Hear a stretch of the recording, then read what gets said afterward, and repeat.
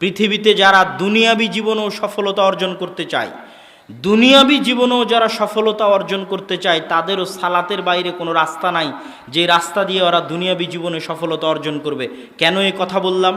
আজকের পৃথিবীতে যারা সফলতার দার্স দেয়, সফলতার আলোচনা করে, তারা মানুষকে সবার আগে শিখায় টাইম ম্যানেজমেন্ট।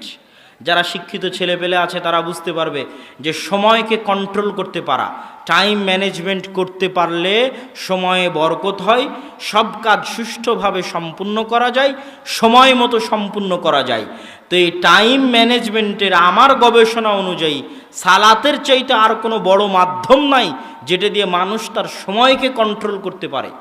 আপনি যদি দেখবেন যে 5 ওয়াক্ত সালাত বিহীন একটা দিন আর 5 ওয়াক্ত সালাত ওয়ালা একটা দিন, যেই দিনটা আপনার 5 ওয়াক্ত বিহীন পার হয়ে গেছে, ওই দিনে দেখবেন কোনো কাজই হয়নি।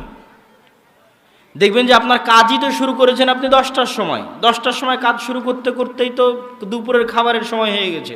দুপুরের খাবারের সময় হয়ে কাজ শুরু করতে না করতে লেবার মিস্ত্রি এখন বলছে চলে যাব, সময়ে বরকত পাবেন না।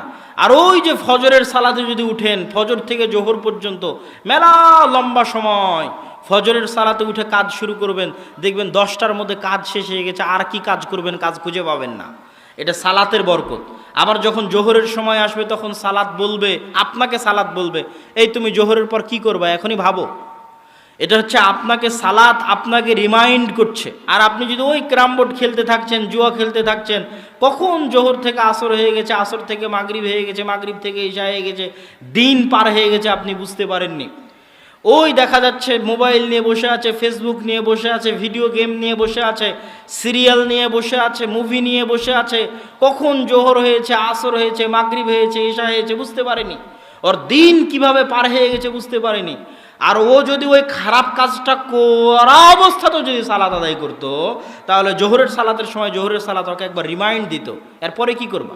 আবার আসরের সময়কে আর একবার রিমাইন্ড দিত, আর এরপরে কি করবি। আবার মাগরিবের সময় আরেকবার রিমাইন্ড দিত, এরপরে কি করবি। এশার সময় আরেকবার রিমাইন্ড দিত, এরপরে কি করবি।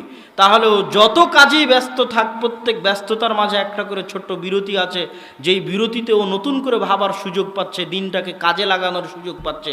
এটা যে টাইম ম্যানেজমেন্টের যত মূলনীতি আছে, সব মূলনীতিতে সালাতের চাইতে বড় কোনো মাধ্যম নাই, যেটা একজন ব্যবসায়ী, যেটা একজন কৃষক, যেটা একজন ছাত্র, যেটা একজন শিক্ষক, যেটা একজন দোকানদার, যে পর্যায়ে আছে, সকলের বরকতের রাস্তা, দুনিয়াবী সফলতার রাস্তা উন্মুক্ত করে দিবে, এরকম কোনো মাধ্যম সালাতের বাইরে নাই।